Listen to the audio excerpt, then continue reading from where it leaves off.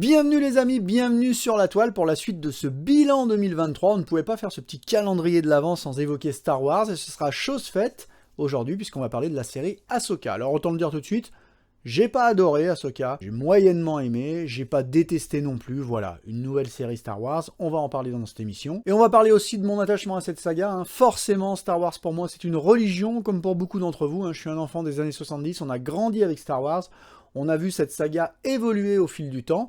Pour le coup, je suis un gros fan aussi de la prélogie, j'ai décidé de voir le verre à moitié plein, c'est-à-dire de me concentrer sur tous les aspects positifs, et je trouve que la prélogie en regorge, c'est juste un projet que je trouve passionnant, fascinant, j'ai surtout décidé d'occulter dans mon cerveau certains travers, le personnage de Jar Jar, tout un tas de trucs que j'aime un peu moins, mais il y a quand même de très très belles choses, et surtout cette prélogie a donné naissance à des séries animées qui sont absolument incroyables. Alors quand j'entends des gens autour de moi qui me parlent de Star Wars, ils me disent je suis un grand fan de Star Wars, et qui n'ont jamais vu les Clone Wars ou Rebels, j'ai envie de dire ouais non t'es pas si fan que ça, parce que pour moi il manque une pièce essentielle au puzzle si on n'a pas vu ces propositions animées qu'on doit à tout un tas de personnes, mais principalement à Dave Filoni, dont on va beaucoup parler dans cette émission. Pour le coup, ces séries, elles reviennent d'une autre époque, une époque où c'était pas franchement... on mettait pas franchement de moyens dans les séries animées, c'était du dessin animé, c'est pour les petits, c'est sur les chaînes, voilà, regarde ton dessin animé, qui est dérivé d'un truc qui a bien marché. Là, pour le coup, on avait mis les petits plats dans les grands. Les intentions de George Lucas, elles s'affichaient dès la première série Clone Wars, je ne sais plus comment elle s'appelait exactement cette série, qui était déjà une série très adulte, qui n'était pas orientée pour les enfants, il y avait une animation un peu spéciale, ça avait duré 2 saisons, 2 courtes saisons, voilà, avant de basculer vers les Clone Wars telles qu'on les connaît aujourd'hui, celles de Dave Filoni, qui sont vraiment juste magistrales. Je veux dire, on ne peut pas aimer Star Wars et ne pas regarder ces séries. Carrément, j'en suis là, parce que les Clone Wars, c'est vraiment ce qui s'est fait de mieux dans cet univers. Si vous voulez vous en convaincre et que vous ne les avez pas regardés, allez regarder les 3 premiers épisodes, vous allez voir que c'est pas du tout pour les gamins, pas du tout, on commence à aborder des thématiques très adultes, la singularité des clones, leur identité profonde, comment on fait la guerre, parce que dans les Clone Wars, on voit pour la première fois vraiment la guerre, les guerres des étoiles, The Star Wars, les guerres des étoiles, et là on voit la guerre sous ses aspects les plus cradingues, on voit ces analogies avec la guerre du Vietnam, tout ça, il y a des choses que je montrerai moi personnellement avec difficulté à certains enfants. Il faut vraiment avoir le côté décalage du dessin animé, c'est plein de couleurs, il y a des sabres laser, il y a des tirs.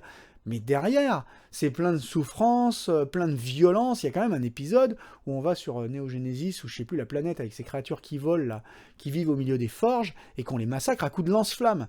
C'est quand même violentissime. Vous arrivez à la fin avec les Stormtroopers, donc les héros du bien qui viennent cramer ces créatures, qui sont des créatures vivantes, tout simplement, à coups de lance-flammes.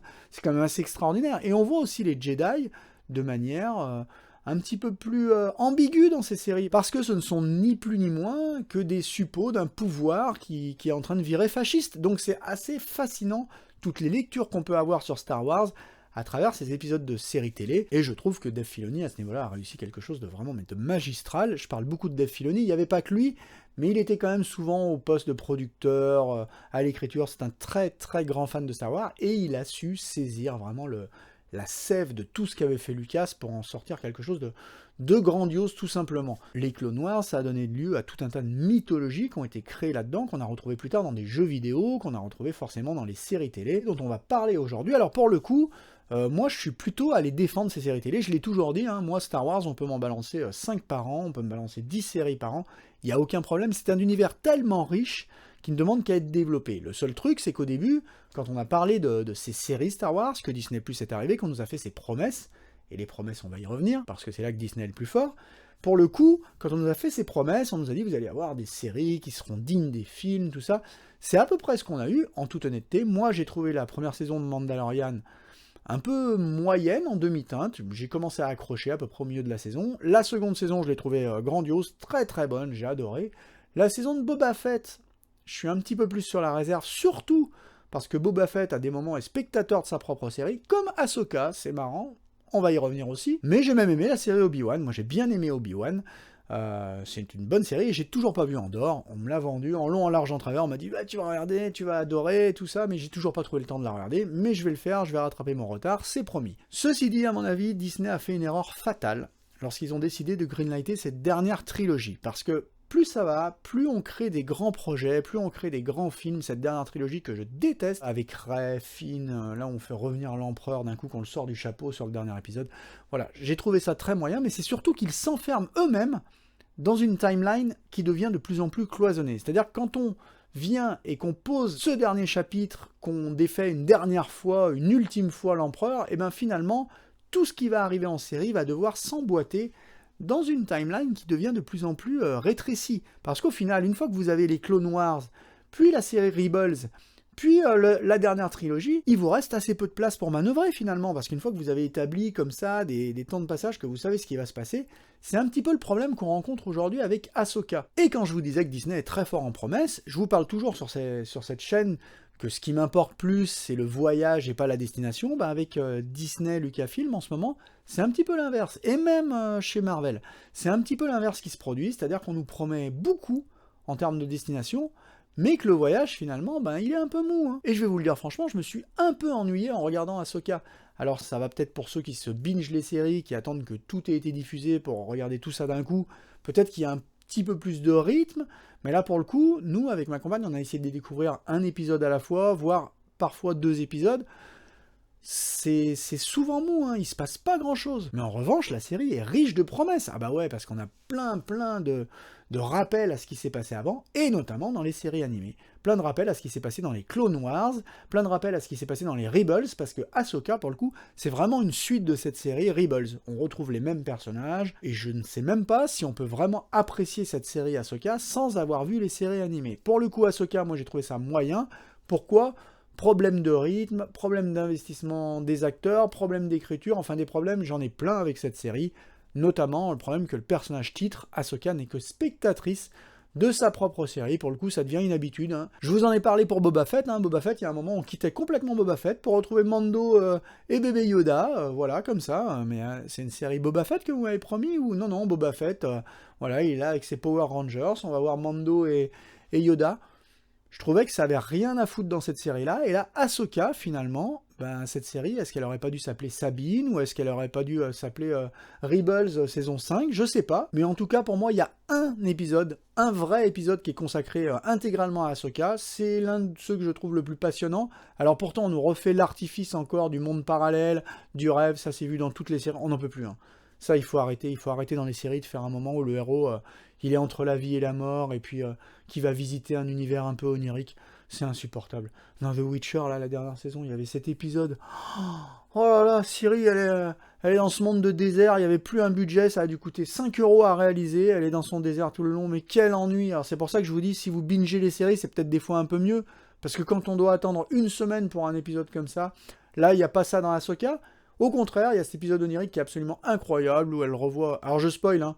Bien sûr, si vous n'avez pas vu la série, arrêtez-vous tout de suite. Où elle revoit Anakin, et puis elle va s'entraîner, et puis il va y avoir une modification du personnage, mais c'est un peu lourd, parce qu'avant, on la voit faire la gueule, et puis là, d'un coup, elle va avoir cet épisode, et puis elle va être toute souriante. Bon, je trouve ça un peu lourdingue, mais cet épisode m'a fait quand même prendre conscience que c'est un peu elle l'héritière. Et ça, c'est pas la moindre qualité que je trouverais à cet épisode, c'est de me dire...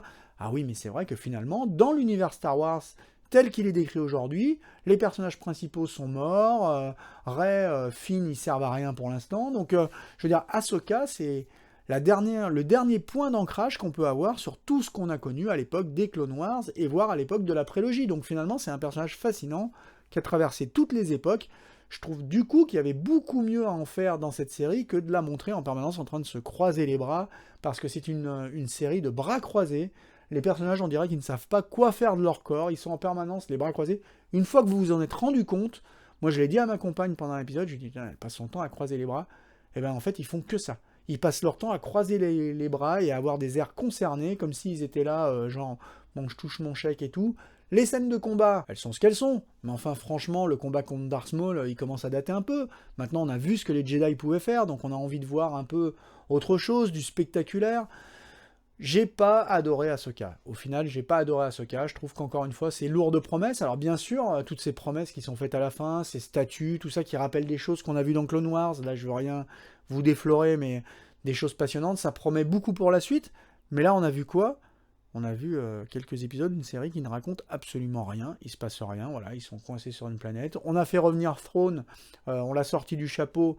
mais il sert à rien, il sert juste à faire son malin, il bouge pas, lui il a les bras croisés mais dans le dos, il bouge pas, il dit rien, il a toujours l'air d'avoir un temps d'avance sur ses adversaires avant de se faire botter les fesses et de partir la queue entre les jambes. Voilà, on est en train, on voit partir Thrawn, on a Ahsoka, on a Mandalorian dans sa série, on a tout ça, et on est en train finalement de créer une espèce de réalité alternative, parce que je vous ai parlé de timeline vraiment resserrée.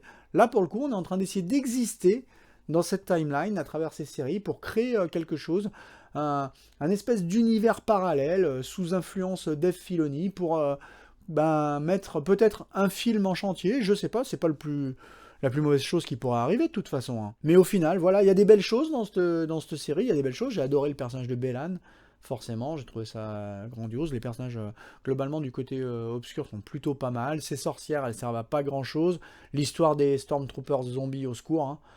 Franchement, alors c'est un peu raccord avec la mythologie des Night Sisters, mais quelque part, la façon dont se comportent les Stormtroopers une fois ramenés à la vie, je trouve ça un peu, ça fait un petit peu film de zombies du pauvre.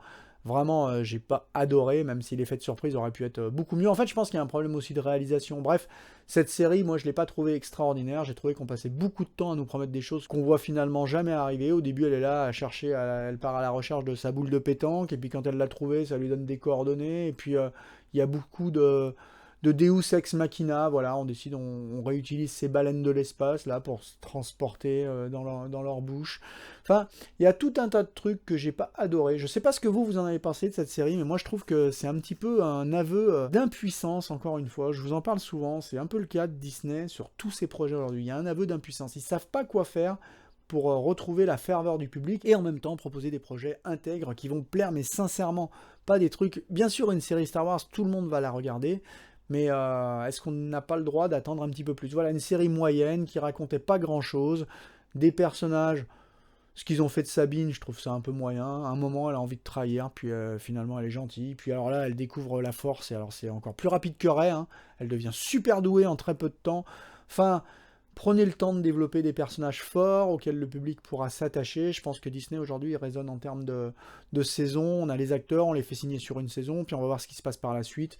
Voilà, une série en tout cas qui est riche de promesses pour le coup, parce qu'on peut analyser un petit peu tout ce qui se passe dans le dernier épisode, il y a beaucoup de choses, je ne sais pas où ils vont aller, je ne sais pas ce qu'ils vont faire, si la saison suivante aura un petit peu plus de rythme, s'il y aura un petit peu plus de moments d'anthologie. Elle est très belle, hein. Visuellement quand même, la série Ahsoka est très très belle.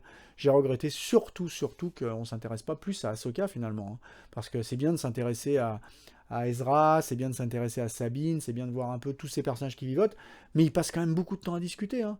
Je sais pas s'il y en a d'entre vous qui sont pas du tout d'accord avec moi, qui vont dire non, t'es un malade, il y a vraiment du rythme, c'est super rythmé et tout. Ça discute beaucoup, et ça discute pour dire des choses, c'est plan-plan, hein, c'est vraiment, on croise les bras, on se regarde, on discute, si on enlève en plus le cahier des charges un peu lourd, toutes ces séquences qui sont repiquées à ce qu'on a connu à l'époque de la première trilogie, là où Luke reçoit l'enseignement de Ben, bref. Non, moi ça a moyennement pris. Alors bon, si elle sort sur support en 4K et tout, je l'achèterai comme j'achèterai tout ce qui est estampillé Star Wars, parce que moi de toute façon je suis comme ça. Mais j'attends de voir autre chose. J'attends vraiment autre chose d'une série Star Wars aujourd'hui. J'attends vraiment qu'on me porte, qu'on me fasse des révélations, mais qui ait du sens, qui soit pas juste là pour me faire du clickbait. Enfin voilà. Et vous en avez pensé quoi? Vous en avez pensé quoi de cette série? Ben dites-le moi, ça me fait plaisir. Si vous avez aimé cette émission, encore une fois, un petit pouce, c'est super sympa. Et puis on reprend très prochainement la suite de ce bilan. N'hésitez pas à me faire part de vos avis en commentaire, je les lis tous avec intérêt, je peux peut-être pas y répondre dans la minute. Voilà, mais ça me fait vraiment plaisir de venir sur cette chaîne pour partager avec vous un petit peu mon sentiment sur pas mal de choses. Des fois on est en accord, des fois on est en désaccord. C'est pas grave, vous êtes un peu comme mes psys, vous voyez, je devrais vous donner de l'argent finalement, je devrais m'allonger là, et puis vous donner de l'argent. Voilà, ça me fera plaisir de revenir très bientôt. D'ici là, vous aurez droit aux recommandations habituelles. Comme d'habitude, soyez curieux, profitez de tout, éclatez-vous. Et moi, je vous dis, comme toujours, à la prochaine, très rapidement du coup, sur cette même chaîne. Ciao!